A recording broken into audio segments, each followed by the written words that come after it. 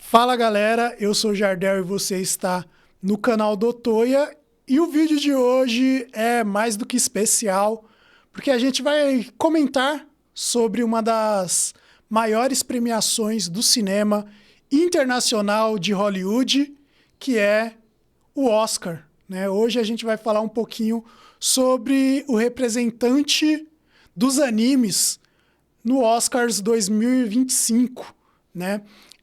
E eu acho que é um bom momento para a gente falar de Oscars, porque, embora o canal aqui seja focado em cultura pop japonesa, então não vai ter aquela cobertura do Oscar que nem teve ano passado, com a gente estourando champanhe quando Godzilla ganhou o Oscar de efeitos visuais. Mas esse ano a gente vai estar lá na torcida, porque a Fernanda Torres vai ganhar o prêmio de melhor atriz, não tem jeito. Se não der o prêmio para ela, é marmelada. O Oscar tá roubando e a gente vai ter que ir lá para Hollywood lá e eles vão ver incêndio de verdade, né? Mas fora a torcida pelo Brasilzão no Oscars 2025, a gente tem que comentar um pouquinho sobre o representante da mídia otaku no Oscars 2025, né? Isso daí é um tema que está sendo recorrente aqui no canal nos últimos anos. Eu estou sempre comentando sobre o avanço da mídia japonesa internacionalmente e o quanto que isso daí influencia no que a gente consome, inclusive no tokusatsu, né? E as empresas que estão envolvidas com tokusatsu também estão envolvidas com outras coisas, com outros projetos, e é bom a gente ficar ligeiro quando elas colocam alguma coisa no Oscar, porque meio que dá uns sinais do que elas pretendem fazer daqui para frente, do que elas já estão fazendo hoje, né? E embora a gente tenha ali algumas frustrações com esse Oscars 2025, quem acompanha Brasil Tem Tokusatsu sabe que eu estava torcendo muito para ter uma zebra gigante ali na categoria de animação e o look back do Fujimas entrar, mas é aquilo. Eu já falei para vocês que eu não estava tão esperançoso, porque o filme é praticamente um média-metragem, tem menos de 1 hora, então eu não achava que ele ia estar lá concorrendo. Mas mesmo assim eu queria estar errado, né? Eu queria estar errado, estava lá na torcida pelo Look Back, que foi um dos melhores filmes de 2024, sem sombra de dúvidas. Então fiquei frustrado. Esse ano não tem um Godzillinha que nem teve ano passado, mas na categoria de filme de curta animado, a gente tem uma surpresa da nossa queridíssima Toei, né? Então, esse ano de 2025, a gente tem a estreia da Toei como uma indicada ao Oscar, né? A primeira indicação da Toei. Aqui no caso a gente fala da Toei Animation, né? Que é a divisão de animação da Toei. E que muita gente fala que não é a mesma Toei dos Kamen Riders, mas eu discordo, né? Aquele lance que eu já comentei outras vezes com vocês, né? A Toei é praticamente a Disney do Japão. E assim como a Disney tem a Marvel com o MCU fazendo os live action de super-herói, a Disney também tem a Pixar, tá ligado? Fazendo as animações que inevitavelmente concorrem ao Oscar, independente da qualidade delas, né? Mas isso daí não vem tanto ao caso no vídeo de hoje, né? Mas tá tudo no mesmo guarda-chuva, né? É uma empresa só com divisões, né?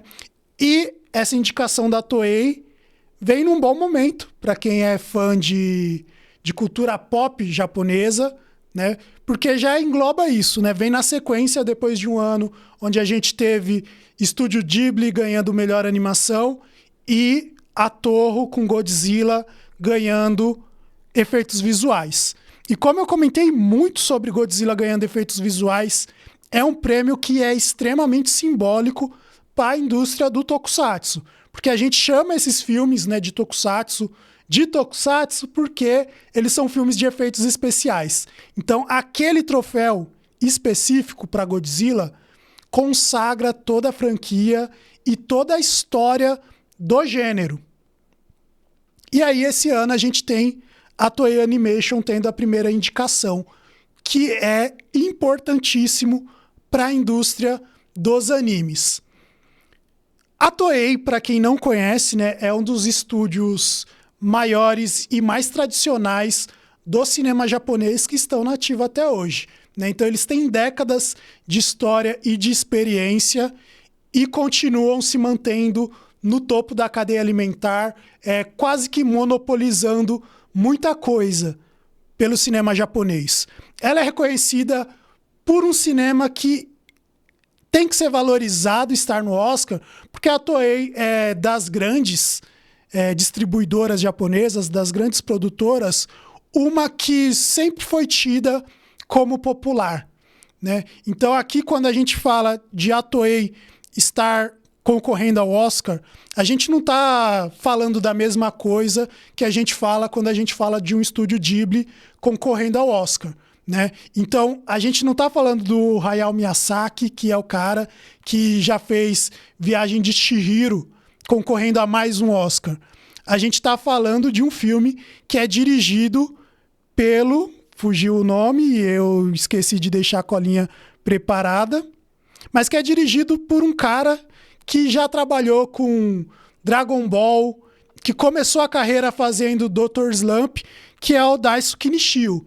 Então, o Daisuke Nishio, ele é um cara que é reconhecido como parte da indústria de animes populares mesmo, de shonen de lutinha, de anime de comédia que passa na televisão pra criança rir de piada de peido, né? Esse cara tá sendo indicado ao Oscar, né?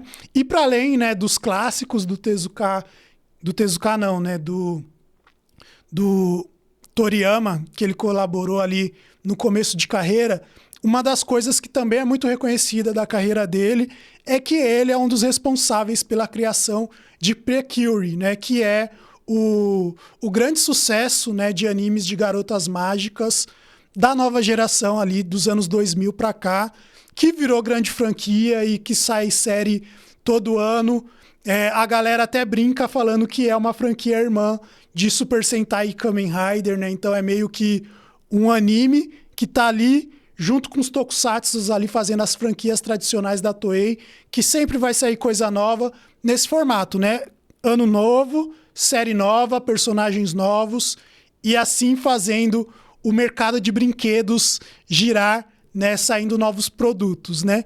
Então, esse cara, né, o criador de Precure, tá concorrendo a um Oscar. Isso daí, para a indústria dos animes, eu acredito que tem que ser reconhecido como um marco.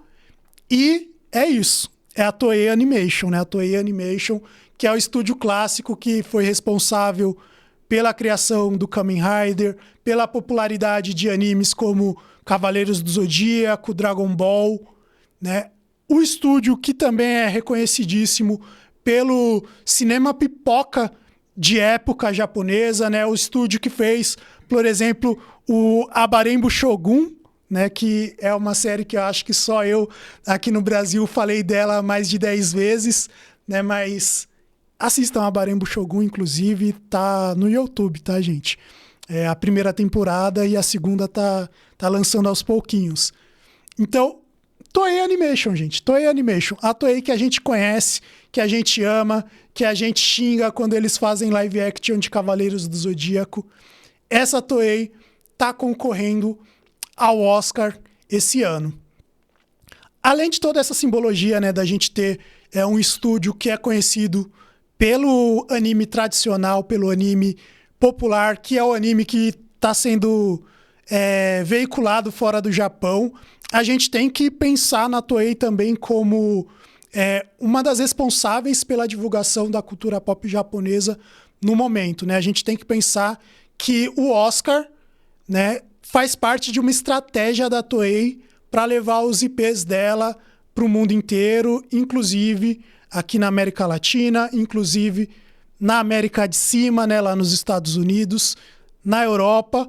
E a Toei tem uma história com essa internacionalização das marcas, né? Então tem coisas, por exemplo, como já citado Cavaleiros do Zodíaco, que é um marco na história dos animes, especificamente aqui no Brasil, né? Em alguns países da Europa também, né? Então, tipo, a Toei tem uma força gigantesca na popularização da mídia japonesa, né? E se a gente for falar dos dias de hoje, embora a gente tenha grandes animes saindo por diversos estúdios, como é o caso, por exemplo, de marcas populares da atualidade, como Jujutsu Kaisen, Kimetsu no Yaiba, Spy Family e outros, a Toei se mantém nesse papel de ser um dos pilares do anime popular no mundo inteiro, né? Então, hoje em dia, não tem como, o maior que tem é One Piece, né? E eu acho que isso daí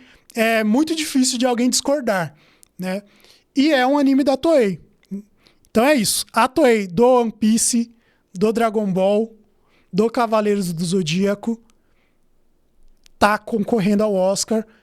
E eu acho que é uma estratégia válida, porque assim, né, com uma estatuetinha do Careca Dourado, a Toei vai conseguir, além de manter esse status como a principal distribuidora popular de conteúdo japonês, ela vai conseguir agarrar um outro público, né, que é o público que liga para o que está ganhando o Oscar, né? Então eu acho que a Toei indo para o Oscar, né, é um jeito deles falarem, ó, cinéfilo, anime também é arte, né?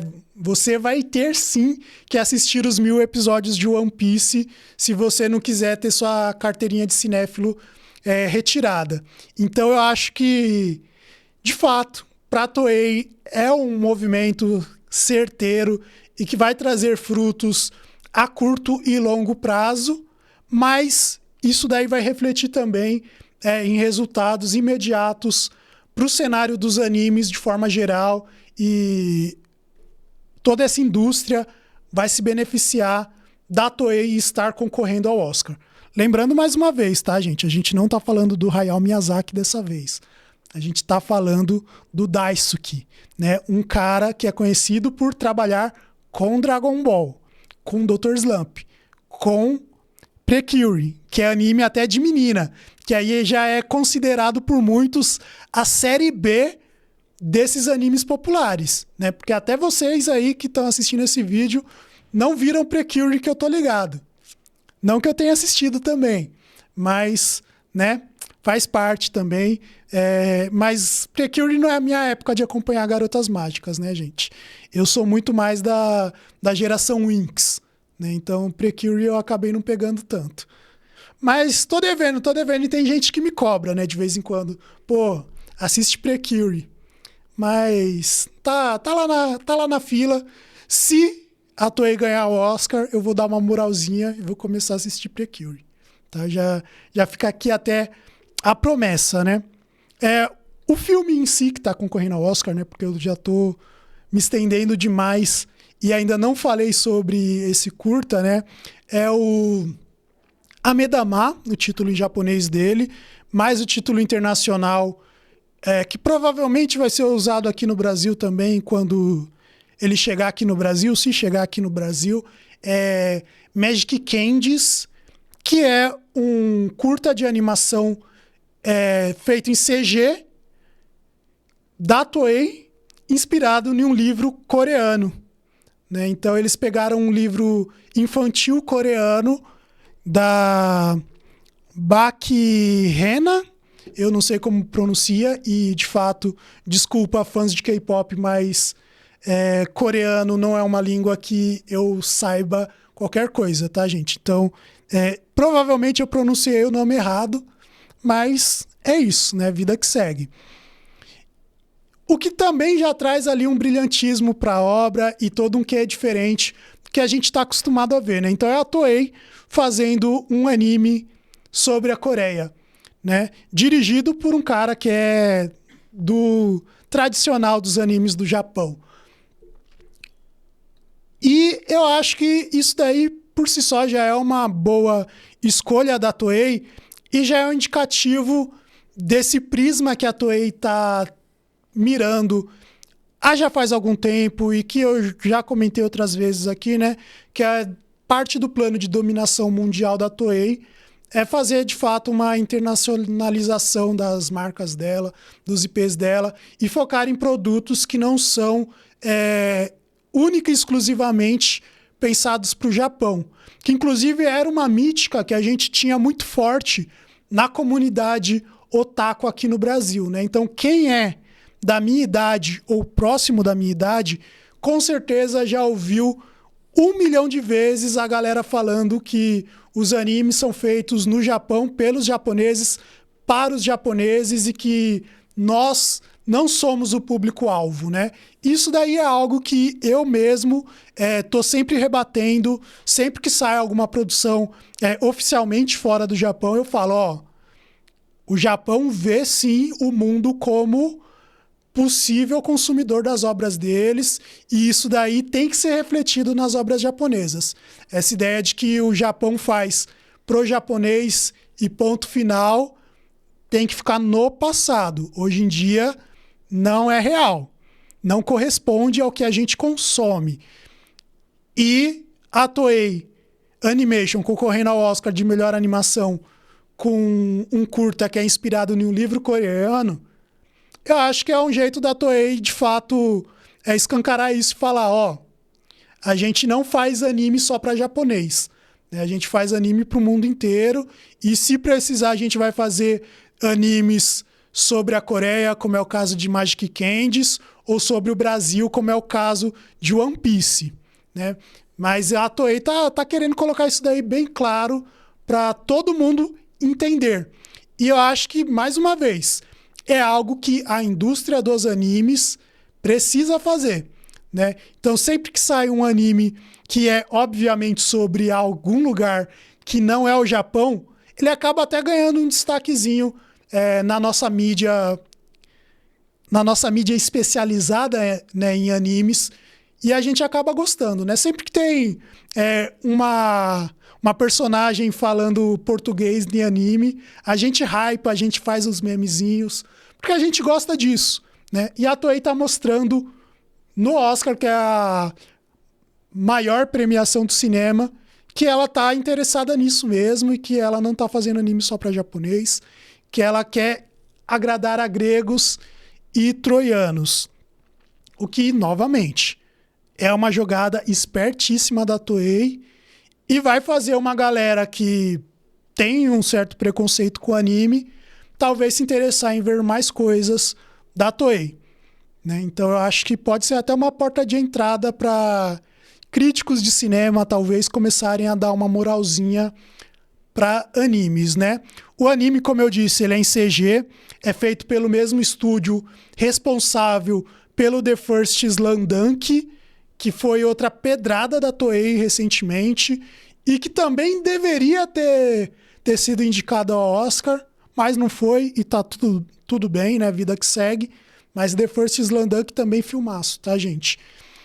E vem nessa proposta da Toei de trazer uma revolução pro cenário dos animes em termos tecnológicos e técnicos, né? Então, o The First Slam Dunk foi um anime que impressionou muito a crítica, tanto especializada quanto apaixonada de fãs de anime na época que ele saiu. Então, muita gente elogiou, aqui no Brasil, inclusive, né? Inclusive, o que vos fala elogia sempre que pode.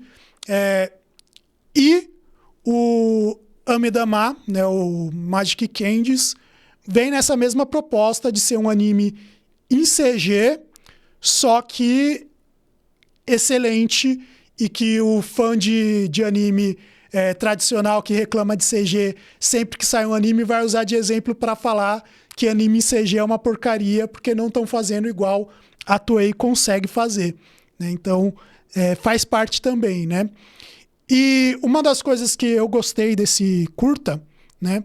Que sim, gente, eu assisti o curta antes de fazer o vídeo, né? Não vou falar aqui, tecer elogios falsos ou antecipados sobre, né? Eu realmente tive que ver, porque senão eu não ia fazer esse vídeo. Uma das coisas que eu gosto desse curta é que, embora ele seja um curta em CG, eu só sei que ele é em CG porque eu li sobre antes de assistir, né? Ele é um CG que simula stop motion, né? Então, você vai ver esse curta e vai ver um CG que tem uma textura surreal e que parece que, de fato, eles estão usando os bonequinhos ali, que estão usando massinha para fazer cada personagem, cada cena, cada interação, cada movimento. Isso daí eu acho que é um bagulho que é surreal. É surreal de se ver, mano. E eu ainda não conferi qual que é a concorrência. Mas, mano, eu espero muito que a Toei ganhe esse prêmio, velho. Porque, de fato, o que eles fizeram aqui em Magic Candies é surreal. E eu nunca vi isso daí sendo feito em anime, né? Eu nunca vi nada chegando perto ao nível de produção que tá o Magic Candies, falando de animação japonesa em CG, né? Especificamente, né? E tipo, mesmo o Slamdunk, que eu teci vários elogios aqui, parece pouco perto desse curta. E eu tô de fato feliz de ter visto isso. E acho que se ganhar o Oscar, né, mesmo sendo um curta, ele vai ser revolucionário para a indústria da animação, assim como foi, por exemplo, o Spider-Verse, né, que depois de ganhar o Oscar, surgiu 10 filmes na mesma estética dele sendo produzidos, né? E alguns até fazendo sucesso, né? Como é o caso da própria sequência do Spider-Verse, é o caso do filme animado das Tartarugas Ninjas, que segue aquela estética ali que foi apresentada no Spider-Verse. Eu acho que esse filme aqui, né, o Magic Candies, tem o potencial de fazer isso, né, de fazer isso de novo com a indústria. E daqui a pouquinho a gente vai ver outras empresas ali tentando imitar a Toei, talvez algumas conseguindo, talvez não. E quem sabe a própria Toei, né, focando mais nesse estilo e fazendo mais coisas parecidas com Magic Candies, talvez até algumas coisas um pouquinho mais longas, né? Mas embora seja um curta de 21 minutos, né, é excelente. E ser curto até é bom, né? Porque faz você ver ali sem enjoar, porque é uma história sobre doces, inclusive, né? Então, você vai assistir ali numa tacada só, né? E vai ter aquele momento, né, de descanso ali, onde você vai ver um curta bonitinho de animação e vai sentir o coração quentinho. Eu acho que é uma boa pedida para você ver aí em um dia qualquer, de um jeito qualquer, despreocupado, né? Mas vamos lá, né? A história do Magic Candies, o que eu posso comentar sobre e o porquê que eu acho ela legal, né? Magic Candies conta a história de um garoto que é solitário, né? Que brinca sozinho e diz gostar de brincar sozinho, né? O que até aí tudo bem, né? Mas esse garoto, né, que diz gostar de brincar sozinho, né, que tá ali brincando de bolinha de gude no começo do filme, que inclusive é uma brincadeira que tem muito a ver com o Brasil também, né? Então acho que tem essa familiaridade forte aí com o Brasil, que vai vir por conta de coisas pequenas, né? Como é o caso da bolinha de gude, que aparentemente é trend lá na Coreia também, né? Então, coreanos dos anos 2000 para trás brincavam de bolinha de gude igual os brasileiros, né? É um bagulho que a gente aprendeu com Round 6, né? Com Squid Game, e que de fato parece que é verdade, né? Porque se uma obra fala, eu tenho minhas dúvidas, né? Mas agora outra obra falando de Coreia trouxe a mesma brincadeira, então eu acho que o pessoal lá é bom da bolinha de gude. A gente tem que organizar, né, um campeonato mundial de bolinha de gude para ver quem é melhor, né? Se é o brasileiro ou o coreano na bolinha de gude. Eu apostaria no Brasil. Eu acho que o jogador brasileiro de bolinha de gude tem uma malandragem que o coreano não tem, né? Então eu acho que a gente ganha. Mas isso daí também não vem ao caso, né? O filme não é sobre um campeonato de bolinha de gudes, né? O filme mostra esse menino, né, que brinca sozinho de bolinha de gude, né? Então ele tá lá no começo do filme, brincando sozinho, só que aí a gente vê ali os pensamentos dele e, tipo, embora ele fale que ele gosta de brincar sozinho, que ele curte ser solitário, né? Ele curte a solitude dele, como qualquer adolescente diria, a gente vê ali nos balões de pensamento que, eu gosto de brincar sozinho, já que ninguém me chama para brincar, eu brinco aqui sozinho e curto, né? Então é uma coisa que é até meio preocupante, né? Que é tipo aquela solução apaziguadora que a gente às vezes tem para nossa solidão, né? Então tem uma condicionante para a gente querer ser solitário, né? Então esse tipo de protagonista me agrada muito, eu me identifico um pouquinho, inclusive, mas eu acho que é uma boa premissa e vai tratar sobre essa temática da solidão e da conexão com o outro na visão desse menino, né? O nosso protagonista, o Dom Dom, né? E o Dom Dom, ele vai ter ali uma aventura que vai acontecer porque ele vai comprar uns docinhos diferenciados, né? E vai ter ali um ataque psicodélico onde ele vai começar a ouvir coisas, né? E aí que vai ser a virada fantástica do curta, né? Então o Dom Dom, ele ganha, né? Ele compra, né, esses doces em formato de bolinha, né? Que parece muito com a bolinha de gude que ele brinca. E cada balinha dessas que ele coloca na boca, ele começa a ouvir um tipo específico de coisa, né? Então a primeira que ele coloca na boca, ele começa a ouvir o sofá dele.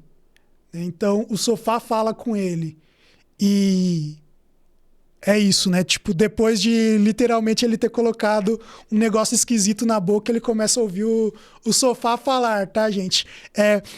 Para quem é adolescente, jovem, adulto, eu acho que essa animação vai ter uma outra conotação, mas vai ser talvez até mais divertida do que pro público infantil, né? Você vê o Dom Dom ficando doidão, é muito maneiro, né? É muito maneiro. É interessante, de fato. E aí ele vai começar a trocar um papo com o sofá até que a bala acaba. E aí ele perde o contato ali com o sofá.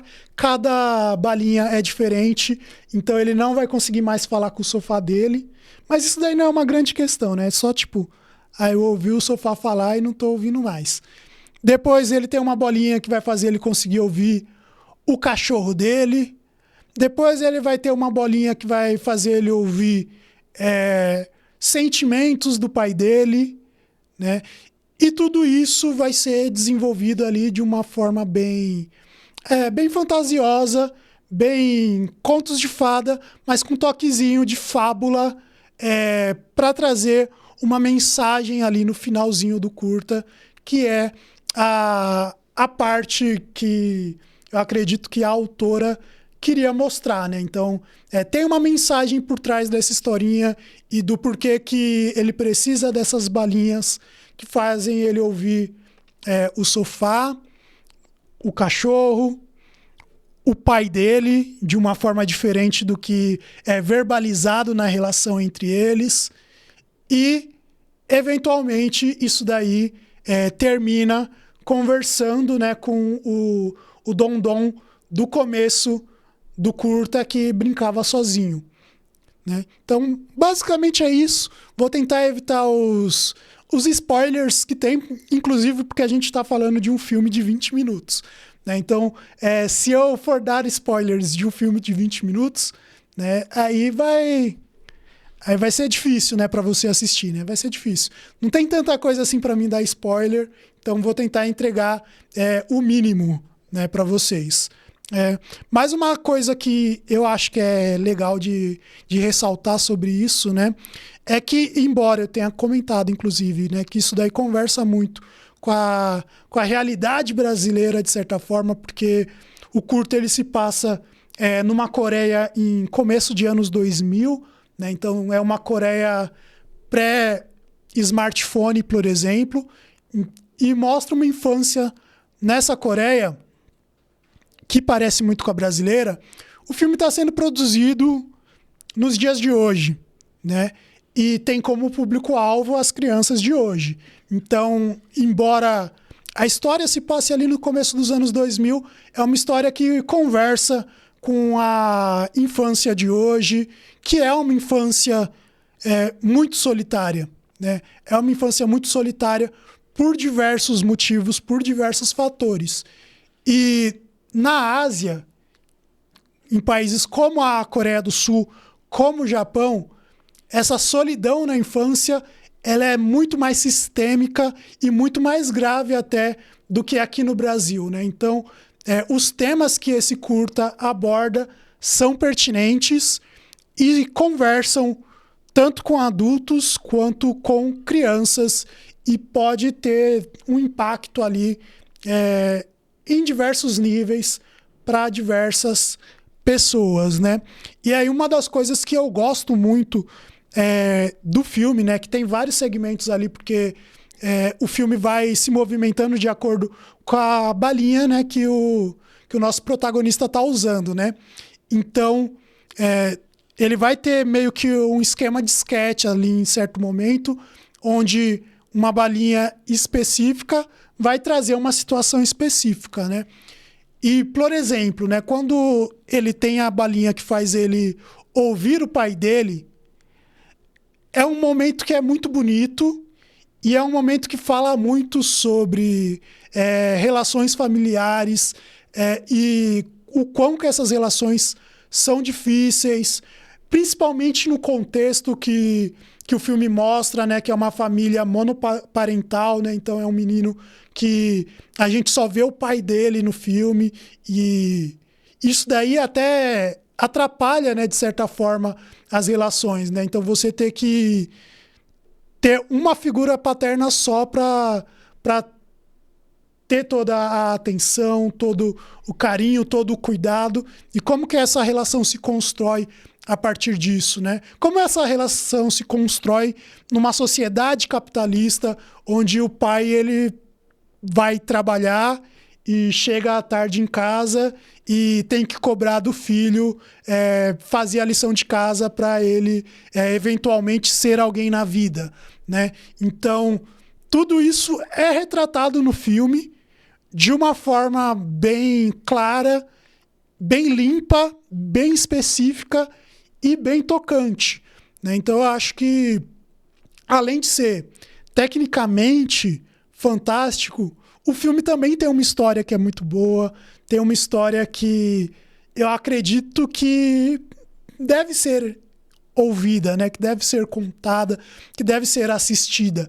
Então eu torço muito por esse filme e acho que o Oscar é um bom jeito aí de a Toei conseguir levar esse filme para vários lugares e eu espero que em breve ele chegue aqui no Brasil de forma oficial, né, para quem não vê as coisas de um jeito Gokaiger, de um jeito One Piece, consiga assistir o filme também, né?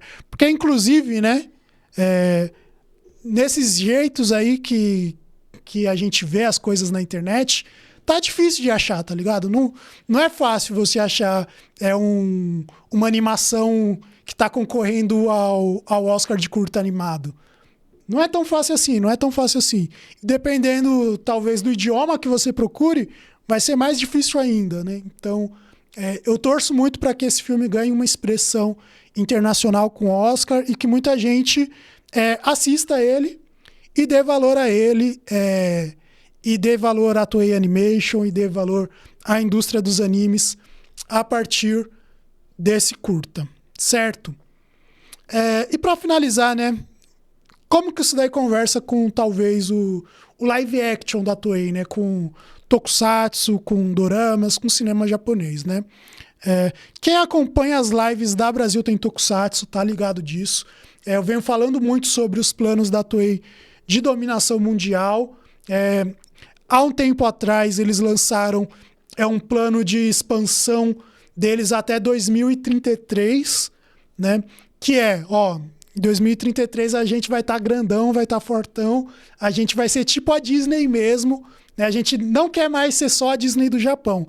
2033 a gente vai ser concorrente da Disney, né? Basicamente a Toei disse isso, só que não com essas palavras, né? Porque essas palavras bonitas, né? Não estariam num documento oficial da Toei lá no site deles para investidores, né? A gente vai ser concorrente da Disney, eles não escreveriam isso. Mas eu tô traduzindo para vocês, né? Eu tô traduzindo para vocês. E parte dos planos deles já estão acontecendo de fato, né? Então, uma das coisas que eles tinham como meta é popularizar os IPs principais deles no mundo inteiro. E a gente está vendo isso acontecer muito forte, por exemplo, com One Piece. A gente está vendo isso daí acontecendo muito forte com Dragon Ball, né? E isso daí trazendo para uma realidade de Américas, né? Tanto América do Norte quanto América Central e América do Sul, né? A famosa América Latina. A Toei está ganhando essa popularidade para as obras delas aqui, que é parte das promessas deles, né? É isso. Nesse primeiro momento, fechar parcerias estratégicas com distribuidores no mundo inteiro para popularizar as nossas obras, né? Isso daí está acontecendo com animes, com live action. Eles também estão se mexendo para fazer isso daí acontecer. Por enquanto, ainda está numa escala bem menor, mas já está acontecendo a passos largos, né? Então, parte dessa estratégia é, por exemplo, que eles fizeram com Kamen Rider, né? Então, Kamen Rider, no aniversário de 50 anos da franquia, eles fizeram obras separadas da série tradicional de TV, pensado em públicos diferentes, para ganhar uma audiência nova no Japão, que é o pessoal que não é fã de Kamen Rider, e uma audiência fora do Japão, né? Então eles fizeram o Futopiai, que é um anime de Kamen Rider W, para levar essa marca Kamen Rider pro fã de anime que não conhece Tokusatsu, né? Então, o fã de anime provavelmente não vai acordar um belo dia e falar: eu quero assistir Kamen Rider Blade, a série Kamen Rider de 2004. Onde será que eu consigo achar essa série? Mas o fã de anime, ele assina Crunchyroll e ele vai ver lá um anime da temporada chamado Futopiai, que é um anime de ação com detetives, super-herói. Ele vai clicar lá para assistir e ali ele vai ser apresentado ao Kamen Rider W. E talvez ele vire fã de Kamen Rider, talvez ele só vire fã de Futopiai e também tá tudo certo, né? Eles fizeram Black Sun também com Kamen Rider, né? Que é um reboot do clássico que passou na época da Manchete aqui no Brasil e que traz Kamen Rider para uma visão mais adulta, com um diretor conhecido de cinema, que é o Kazuya Shiraishi. Então acaba pegando um público que não quer ver uma série para criança que está passando na TV japonesa domingo de manhã, né? Então é um público mais curtizaço e tal. E aí eles fizeram Shin Kamen Rider, né? Que aí é para pegar aquele público que vê o nome do Hideaki Anno e é o nome do Hideaki Anno, então eu tenho que assistir isso daí, senão vão tirar minha carteirinha de otaku, né? E aí eles vão lá assistir o Shin Kamen Rider, né? E vocês já sabem as minhas opiniões sobre Shin Kamen Rider. Sempre que eu cito o filme, eu só lembro isso. Vocês sabem. Vocês sabem o que eu acho de Shin Kamen Rider. Não preciso repetir, né? E tem outras produções que eles estão lançando, né? De live action. Uma que acabou tendo menos destaque do que deveria, por exemplo, foi Oshinoko, né? Oshinoko live action ali da Toei. Infelizmente tá bem apagadinho, principalmente aqui em Brasil, né? Brasil, o pessoal não viu o Oshinoko live action. Assistam, inclusive, tá, gente? Que vale a pena. É diferente de você ver o anime de Oshinoko, você ver um live action de Oshinoko, que trata aqueles temas que Oshinoko trata, só que numa versão live action, o que dobra várias apostas, né? Porque é aquilo, é um anime sobre idols. Então, imagine um live action sobre idols. Quem que você acha que vai protagonizar? Tem que ser uma idol, né? Então tem uma idol interpretando a nossa protagonista, entre muitas aspas, né? A nossa protagonista que morre no primeiro episódio, né? Tem uma idol interpretando ela. Então isso daí dobra a aposta metalinguística de Oshinoko de um jeito que eu acho surreal, né? Inclusive, o ator que escolheram para interpretar o ator ruim é o protagonista de Kamen Rider Geats, tá, gente? Então você aí que é fã de Kamen Rider Geats vai ter que admitir que o protagonista é só bonito, tá ligado? Isso daí é uma tirada que eu tenho que fazer a Tokunet reconhecer, né? Mas não tô aqui para falar muito de Oshinoko também não, né? Então a Toei tá fazendo planos para se internacionalizar e ganhar uma mídia fora do Japão, né? Na live da Brasil Tem Tokusatsu de número 3 desse ano de 2025, eu comentei sobre um filme que vem nessa premissa, só que no mesmo nível que o Magic Candies, mirando mais alto, né? A Toei tá fazendo eu acho que Takarajima, se eu não me engano, o título em japonês, né? Que o título traduzido vai ser A Ilha dos Heróis, se eu não me engano. Mas por enquanto só tem em inglês o título, tá, gente? O título em português é eu traduzindo o título em inglês. Que é um filme que fala sobre o Japão no pós-guerra ali, né? Pós-Segunda Guerra Mundial. Falando especificamente da ilha de Okinawa, que é um local específico ali do Japão.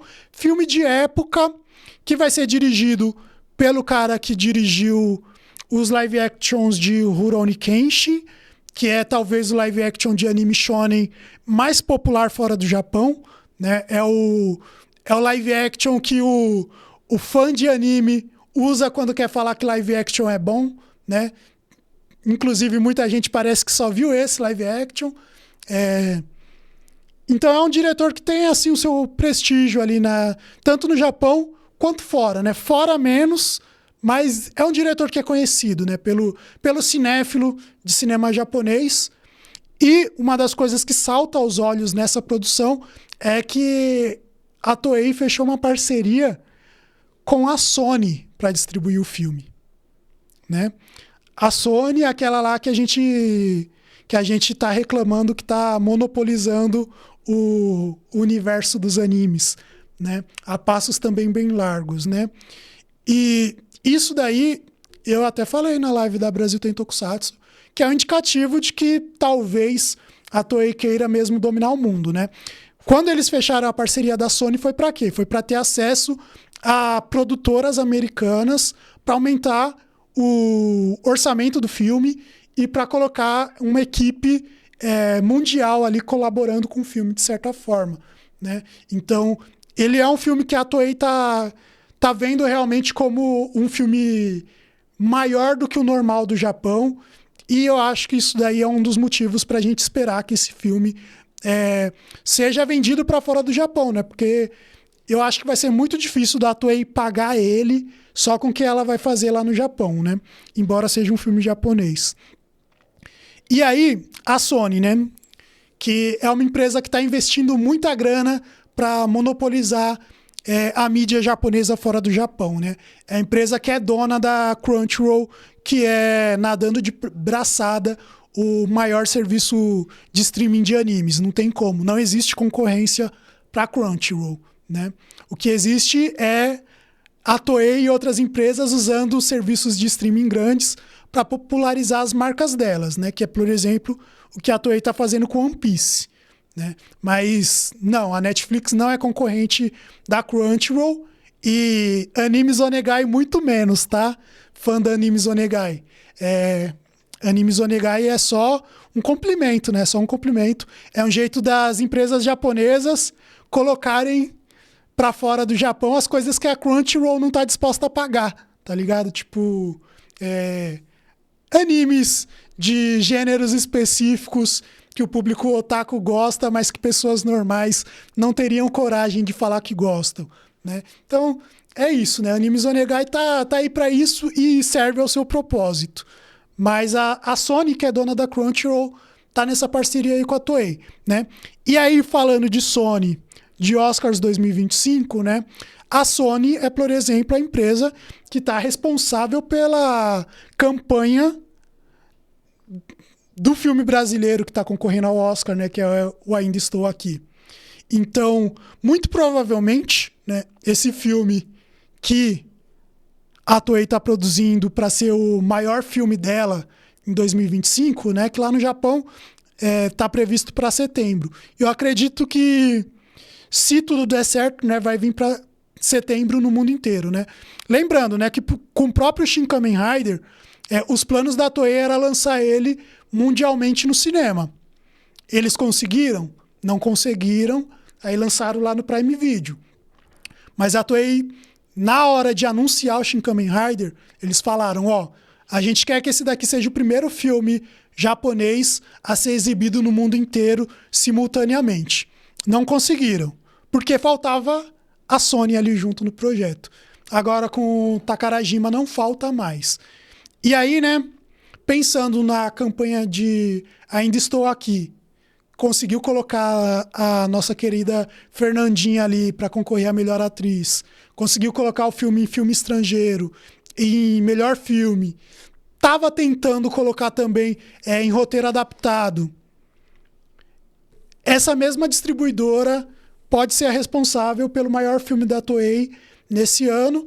Então, eu acho que, ganhando ou não o Oscar de curta animado esse ano, via Toei Animation, a Toei ano que vem vai estar de novo no Oscar, né?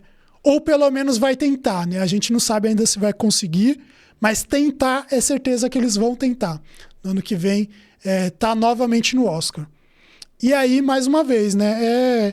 É isso, a Toei tá querendo dominar o mundo até 2033. E se eles ganharem um Oscar de animação esse ano e um Oscar mesmo que seja filme estrangeiro, no ano que vem, eu acho que eles vão estar perto mesmo de dominar o mundo. E torço para isso, né? E o Shirakura já falou que as próximas produções de Kamen Rider também vão ser diferentonas. Não vão ser iguais o Shin Kamen Rider, amém, mas vão ser projetos tão ambiciosos e tão diferentes do habitual quanto, né? Então, torço para a gente ver novidades da Toei daqui para frente, né? Então é isso que eu tinha para falar. Eu acho que me estendi até mais do que deveria, mas é isso, né? Toei indicada ao Oscar, né? Toei indicada ao Oscar e a gente vai estar lá torcendo para eles e por nós também, né? Porque é isso, eu quero que a Toei ganhe o Oscar, porque aí vai ser mais fácil de eu assistir Kamen Rider, né? Então é isso. E bora pra frente. Se você gostou desse vídeo, se inscreve aqui no canal se ainda não for inscrito. Compartilha esse vídeo com seu amigo cinéfilo que ainda não começou a assistir anime, né? E fala pra ele, se você não assistir anime imediatamente, a gente vai ter que tirar a sua carteirinha de cinéfilo, certo? Então é isso, né? Manda esse vídeo aqui pro Felipe Leão reagir lá no YouTube dele também, né? Então, até uma próxima. Obrigado pela sua audiência e tchau.